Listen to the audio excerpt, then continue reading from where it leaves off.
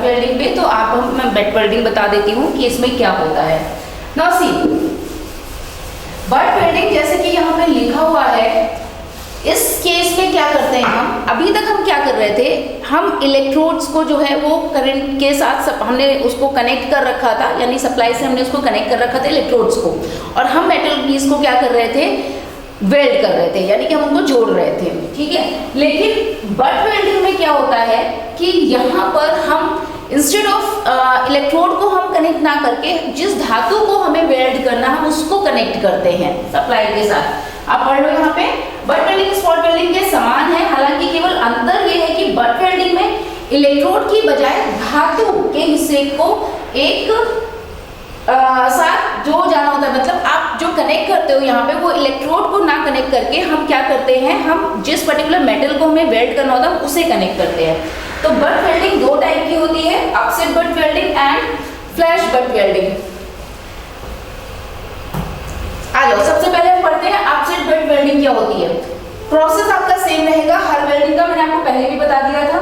Now अब यहाँ पे हम क्या कर रहे हैं, ये ट्रांसफॉर्मर यहाँ पे हमने लगा दिया फिर से, जो कि सप्लाई को क्या करेगा, ये स्टेप डाउन ट्रांसफॉर्मर है और हम इससे यहाँ पे सप्लाई को कंट्रोल करेंगे। अब आप देखो, इससे पहले वाले में क्या हो रहा था कि चाहे आपके ये वाले इलेक्ट्रोड्स हो, चाहे आपके रोलर वाले इलेक्ट्रोड्स हो, कोई भी हो, सप्लाई हमने इन इलेक्ट्रोड्स पर दे रखी थी, ओके।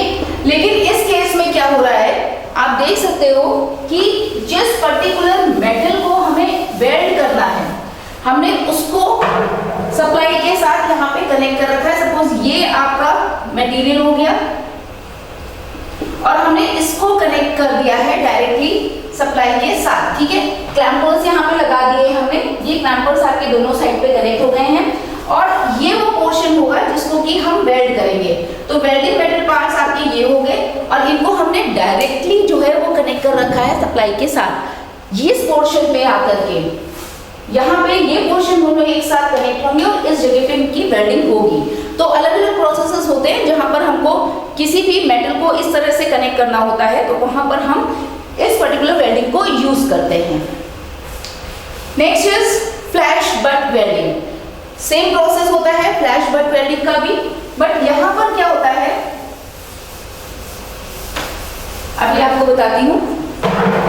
सपोज आपने ये मेटल्स यूज करे यहाँ पर, ठीक है ना, ये इस तरह से करा, ये अब जो करंट यहाँ पे फ्लो कर रही है वो आपकी क्या हो रही है, एक आर्क प्रोड्यूस कर रही है यहाँ पर इस तरह से। तो यहाँ पे जो आर्क प्रोड्यूस करते हैं उस आर्क से क्या होता है, हीट डेवलप होती है। हीट डेवलप होगी तो जो भी आपका वेल्डिंग मटेरियल है वो क्या होगा, मेल्ट हो जाएगा, यानी कि वो पिघल जाएगा और पिघलने के बाद वो इन दोनों मेटल्स को आपस में जोड़ देगा। तो ये चीज होती है यहाँ पर। तो प्रोसेस आपका सेम है, बट डिफरेंस यही है कि इसके पहले वाले में आपने जो है इलेक्ट्रोड्स को साइड से ऐड कर रखा था, तब वो जाके वेल्डिंग हो रही थी। यहाँ पर एक आर्क प्रोड्यूस होगी, ठीक है, और उस आर्क की हेल्प से इलेक्ट्रोड्स जो वेल्डिंग मटेरियल है वो क्या होगा, पिघल जाएगा और फिर वहां पे वो वेल्डिंग हो जाएगी।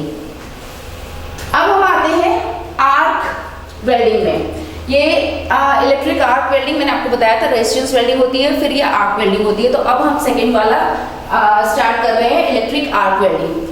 इलेक्ट्रिक आर्क वेल्डिंग जैसे मैंने बताया था, रेजिस्टेंस वेल्डिंग में अगर रेजिस्टेंस जो है वो करंट को अपोज करता है तो हीट प्रोड्यूस होती है। यहाँ पे क्या होगा, सिंपल प्रोसेस है, आप यहाँ पे आर्क प्रोड्यूस करवाओगे, ठीक है, यानी कि डायरेक्ट करंट ना फ्लो करा के आप जिस तरह से एक शॉर्ट सर्किट होता है जिसकी वजह से आर्क प्रोड्यूस होती है, तो वो प्रोसेस यहाँ पर होगा और इसके लिए बहुत कम वोल्टेज की रिक्वायरमेंट होती है मेंटेन करने के लिए। आर्क को प्रोड्यूस करने के लिए तो हाई वोल्टेज चाहिए, बट एक बार प्रोड्यूस हो गई तो फिर आप लो वोल्टेज पे उसको मेंटेन कर सकते हैं। तो दो पर्टिकुलर धातुओं को अगर हम जोड़ रहे हैं तो आर्क के प्रोसेस से जोड़ रहे हैं तो उसे हम इलेक्ट्रिक आर्क वेल्डिंग कहेंगे। इलेक्ट्रिक आर्क वेल्डिंग आपकी दो तरीके की होती है, कार्बन आर्क वेल्डिंग और मेटल आर्क वेल्डिंग, यानी कि धातु आर्क वेल्डिंग। देखते हैं कार्बन आर्क वेल्डिंग कैसे होती है। नाउ सी, यहाँ पे हमने डीसी सप्लाई यूज करी, एक इलेक्ट्रोड होल्डर लगा हुआ है जो कि इलेक्ट्रोड को क्या करेगा, होल्ड करके रखेगा। ये आपका बेस मेटल है और ये इलेक्ट्रोड है, ठीक है, जिसको कि हमने इलेक्ट्रोड होल्डर में क्लैंप कर दिया है। क्लैंप मैंने आपको बता दिया था क्या होता है कि जो आपको एक तरह से इलेक्ट्रोड को पकड़ के रखेगा। तो ये जो इलेक्ट्रोड है जिसको हमने सप्लाई से कनेक्ट कर रखा है, जस्ट ये इस मेटल पीस यानी जिस धातु को आपको जो है वेल्ड करना है उसके ऊपर आप रखोगे, यहां से आर्क प्रोड्यूस होगी। ओके, ये जो आर्क आपकी प्रोड्यूस हो रही है इसी से ये मेटल आपका क्या होगा, वेल्ड होगा। तो आपके दोनों ही मेटल्स यहीं पर ही होंगे जिसको आपको वेल्ड करना होगा। ठीक है, तो ये मेन चीज है और इसकी वजह से जब आर्क प्रोड्यूस होगी तो यहाँ पर ये मटेरियल्स वेल्ड हो जाएंगे। Now the thing is that कि यहाँ पे हम जो आर्क प्रोड्यूस कर रहे हैं उसमें हम ज्यादातर कार्बन गैस को यूज करते हैं, इसीलिए हम इसको कार्बन आर्क वेल्डिंग बोलते हैं। Now comes to metal arc welding. Metal arc welding में if I come to this, यहाँ पर सेम प्रोसेस अगर कर रहा है, the only difference is कि instead of using carbon arc welding यहाँ पे हम किसी पर्टिकुलर मेटल को यूज करेंगे। ठीक है, you can give supply from here, same process, base metal ये हमने यहाँ पे रख दिया है। आपने इलेक्ट्रोड को कनेक्ट किया, ये इलेक्ट्रोड्स का वर्क सिर्फ इतना ही होता है कि आप प्रोड्यूस करें सो दैट ये जो यहाँ पे वेल्डिंग मटेरियल है ये इस तरह से है, दिखाती हूँ आपको। ये मेटल पीस हो गया, इसके ऊपर यहाँ पे you can see from here ये आपका वेल्डिंग मटेरियल रखा हुआ है। ठीक है ना, इसी मटेरियल को ही यानी कि जब हम इसको पिघलाएंगे तो ये मटेरियल जब पिघलेगा तब क्या होगा, इस आग की हेल्प से जो आपने यहाँ पर एक इलेक्ट्रोड बना रखा है उसकी हेल्प से क्या होगा, ये वेल्डिंग मटेरियल पिघल के इस पर्टिकुलर मेटल पीस के ऊपर यानी जिस धातु को आपको वेल्ड करना है उसके ऊपर पिघल के ये पूरे में फैल जाएगा। तो यहाँ पे इन्होंने थोड़ा सा रख दिया था मेटल, अब ये पूरे में पिघल के इसको वेल्ड कर देगा। ठीक है, इसे हम मेटल आर्क वेल्डिंग बोलते हैं क्योंकि दोनों ही material may be possible same metal के भी हो सकते हैं, एक मेटल एक नॉन मेटल यानी एक धातु एक अधातु हो सकती है और दोनों भी अधातु हो सकते हैं।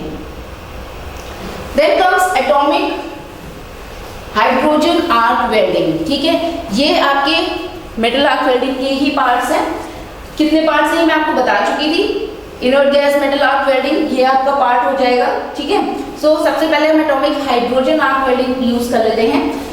जब हम आर्क वेल्डिंग करते हैं तो वो आर्क हम जिस पर्टिकुलर एटमॉस्फेयर में प्रोड्यूस कराते हैं उसके ऊपर डिपेंड करता है कि वो किस टाइप की आर्क वेल्डिंग होगी। अगर हम एटॉमिक हाइड्रोजन आर्क वेल्डिंग कह रहे हैं तो इसका मतलब ये हुआ कि आर्क तो सभी में प्रोड्यूस करा रहे हैं जितने भी टाइप की वेल्डिंग होगी, लेकिन यहाँ पर जहां पे ये आर्क प्रोड्यूस हो रही होगी वो पूरा का पूरा एटमॉस्फेयर कवर होगा किससे, हाइड्रोजन गैस से। ठीक है ना, तो जब हम उस पूरे आर्क को प्रोड्यूस करा रहे हैं एक हाइड्रोजन गैस के अंदर तब हम उसको कहते हैं एटॉमिक हाइड्रोजन आर्क वेल्डिंग। ठीक है, अब यहाँ पे क्या होता है,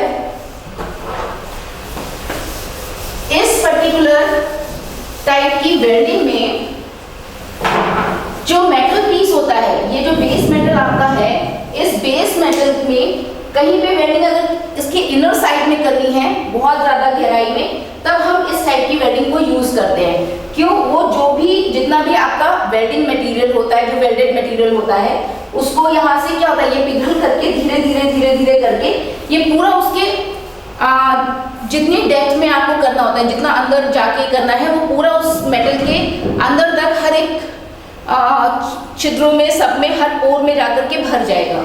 ठीक है, तो ये वेल्डिंग बहुत अच्छे से करेगा।